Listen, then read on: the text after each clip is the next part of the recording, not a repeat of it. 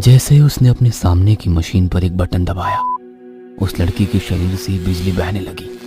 उसके सिर से प्रभावित धारा उसके मस्तिष्क को हिला रही थी, लेकिन वो एक मोटी रस्सी से बंधी हुई थी।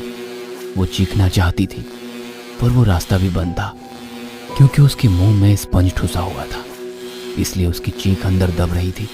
बटन बंद किया गया। उसका शरीर स्थिर हो गया। वो जोर जोर से सांसें लेने लगी। एक बार और, 1 2 3 शुरू। वो बटन फिर से चालू हुआ और फिर से वही जानलेवा अनुभव। ऐसा 4 बार करने के बाद उसके शरीर से जुड़े सभी तार हटा दिए गए। वो पूरी तरह से बेहोश हो गई थी। अनजाने में वो करा रही थी, कंपाउंडर, उसे अंदर ले आओ। डॉक्टर ने कहा। दोनों आगे आए और उसे स्ट्रेचर पर बाहर लाया। जैसे ही उसे बाहर लाया गया, मैंने उससे बातें की, लेकिन वो बेहोश थी। उसे बिस्तर पर डाल दिया गया था। मैं तुरंत डॉक्टर के पास गया। डॉक्टर, अब कैसी है वो? डॉक्टर ने निराशा के स्वर में गर्दन हिलाकर बोला, देखिए, ज्यादा प्रगति नहीं है। शॉक ट्रीटमेंट जारी रखना होगा। उसके करीबी दोस्त और उसके रिश्तेदार उसके साथ रहेंगे तो वो जल्दी ठीक हो जाएगी। हाँ डॉक्टर, लेकिन कोई आ नहीं रहा है। अगर वे आते भी हैं तो वे ज्यादा समय तक नहीं रुकते। मैंने कहा। डॉक्टर कुछ सोचकर बोला, देखिए, यही तो मानसिक रूप से बीमारी की वास्तविक समस्या है। ऐसे समय में उन्हें वास्तव में स्नेह की आवश्यकता होती है और लोग उन्हें पागल करार करके इनसे दूर भागते हैं। यह किसी अन्य बीमारी की तरह है, लेकिन अपने लोगों का व्यवहार देखकर जो व्यक्ति पागल नहीं है वो भी पागल हो जाएगा। डॉक्टर एक पल के लिए रुका और बोला, लेकिन आदित्य, मुझे वास्तव में आप पर बहुत गर्व है। ऐसी कठिन परिस्थिति में भी आप नीलांबरी के पीछे मजबूती से खड़े हैं। चिंता मत करो, वो ठीक हो जाएगी। मैंने मुस्कुराने की कोशिश की और उसके कैबिन से बाहर आया। बाहर की स्थिति और भी भयावह थी। कुछ महिलाएं अपने बालों को खुला छोड़ करके बैठी है, जो चिल्ला रही है। कोई अकेले कहीं पर छटपटा रही है। अचानक सामने एक महिला आई। आया तू मेरा बच्चा, आया तू, आया मेरा बच्चा। महिला ने अपना हाथ मेरे मुंह पर फेरना शुरू कर दिया। बस फिर 2 नर्स आई और उसे पकड़ लिया। मुझे अब इन पागल लोगों की आदत सी हो गई थी। अस्पताल में हर किसी की एक अलग कहानी थी। जवान लड़का हादसे में मर गया था। इससे माँ पागल हो गई थी, क्योंकि वो सदमे को सहन ना कर सकी थी। ससुराल वालों के उत्पीड़न के कारण कोई पागल हो गया था। मैं हल्के कदमों से नीलू के बिस्तर के करीब आ गया और उसकी बगल में बैठ गया। वो आंखें बंद किए लेटी हुई थी। आंखों के नीचे एक घना काला घेरा था। गाल अंदर जा चुके थे। चेहरा बिल्कुल काला पड़ गया था। उड़े हुए बाल, वो सिर्फ हड्डी का ढांचा बन के रह गई थी। जब मैंने उसे देखा तो मुझे उसका पुराना खूबसूरत चेहरा याद आया। मैंने उसे 2 महीने पहले देखा था पहली बार। नीलांबरी, नीलू। मैं अपने घर की गैलरी में खड़ा था। सुबह हो गई थी। मेरे हाथ में कॉफी का कप था। मैं एक एक चुस्की लेकर बाहर देख रहा था। अचानक मेरा ध्यान सामने वाले बंगले पर गया। ये कई दिनों से बंद था, पर आज उसके दरवाजे खुले थे। उसके आंगन में एक गुड़हल का पेड़ था। कोई लड़की उस पेड़ से फूल तोड़ रही थी। मैं उसके चेहरे को देखने के लिए बेचैन हो गया। उसी वक्त फूल पर नाजुक उंगलियां आई और उस फूल को तोड़ दिया। मैंने उस सुंदर लाल फूल के पीछे सुंदर फूल जैसी लड़की को देखा। गीले बाल, दोनों बाहों के बीच में एक नाजुक सफेद बिंदी, नीली लेकिन चमकदार आंखें, खुली पलकें, नाजुक लाल होठ। वो बहुत सुंदर थी। मैं देखता गया। वो कुछ गुनगुना रही होगी। उसने सारे फूल तोड़ दिए और अंदर चली गई। उसका चलना दिल पर वार कर रहा था। जीवन में पहली बार कोई लड़की मुझे इतनी पसंद आई थी। मुझे उस दिन एहसास हुआ मेरी छाती की बाईं ओर कुछ है जिसे दिल कहते हैं। और जब मैंने उस लड़की को देखा तो जोर से धड़कने लगा था। जिस पल मैंने उसे देखा उसी पल मुझे उससे प्यार हो गया था। आदि, कॉलेज नहीं जाना है क्या? माँ की आवाज सुनते ही मैं होश में आया। नहाने के बाद मैं आकर नाश्ते के लिए डाइनिंग टेबल पर बैठ गया। पिताजी ऑफिस जा चुके थे। नाश्ता करते हुए मैंने अपनी माँ से बातें की। माँ, अपने सामने वाले बंगले में कोई रहने आया है क्या? दरवाजे खुले दिखे।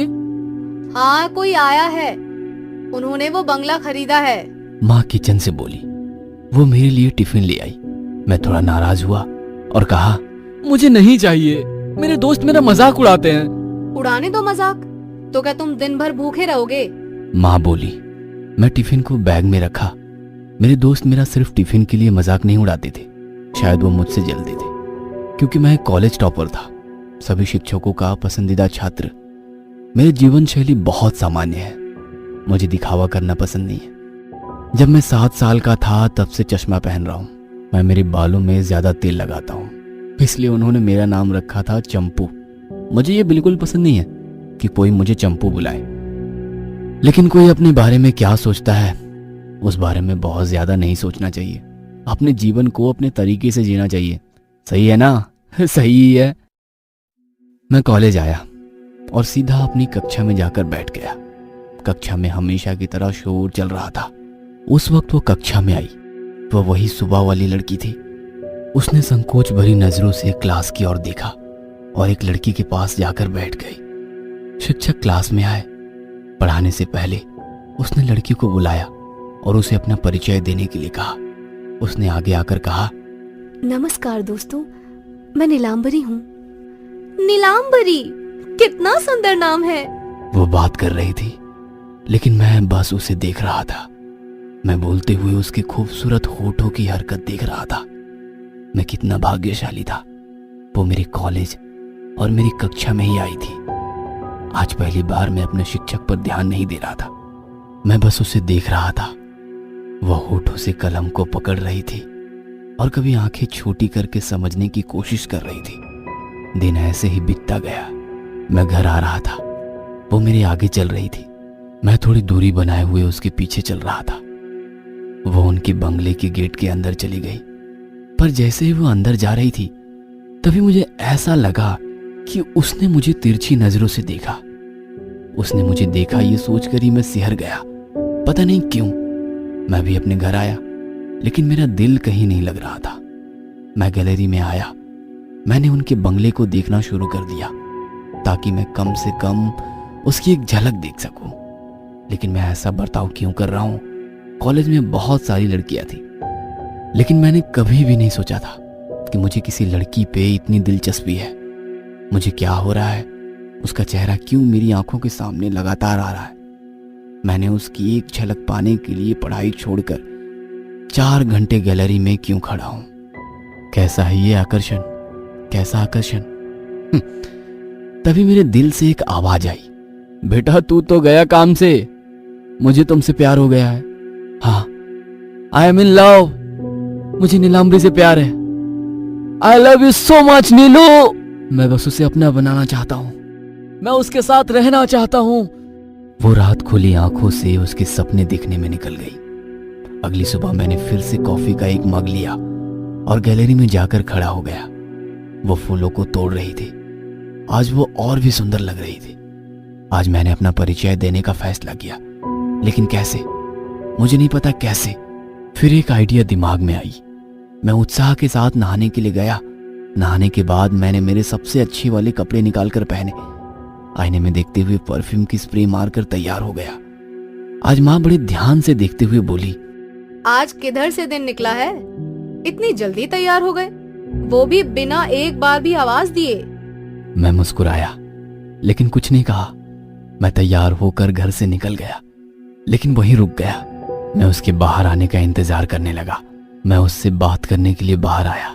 आप फाइनल ईयर में हो ना? नहीं, ऐसे नहीं, मैंने कल आपको देखा।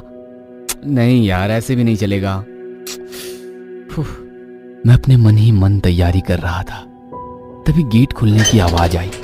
मैं तुरंत उसके पीछे गया। वो कुछ दूर से चल रही थी। मैंने उसे बुलाने के लिए अपना मुंह खोला, लेकिन ये क्या, मेरा गला पूरी तरह से सूखा हुआ था। मेरे मुंह से शब्द ही नहीं निकल रहे थे। अचानक वो रुक गई और पीछे मुड़कर देखा। मैं भी वहीं पर रुक गया। उसकी आंखें मुझे घूर रही थी। वो मेरी तरफ आने लगी। दिल की धड़कन कानों तक सुनाई पड़ी। वो सामने आई और खड़ी होकर बोली, हेलो आदित्य। मैं चौंक गया। वो भी मेरा नाम जानती है। मैंने अपने आप को संभालते हुए कहा, हेलो, क्या क्या आप मुझे जानती हो?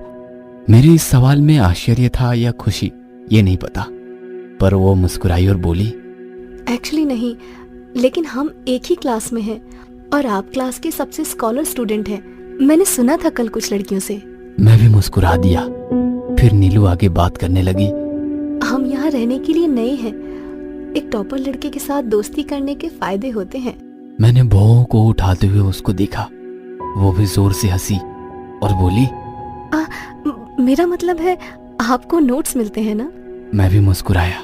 देखिए, मैं नोट्स दूंगा, लेकिन प्लीज मुझे आप कहकर मत बुलाना।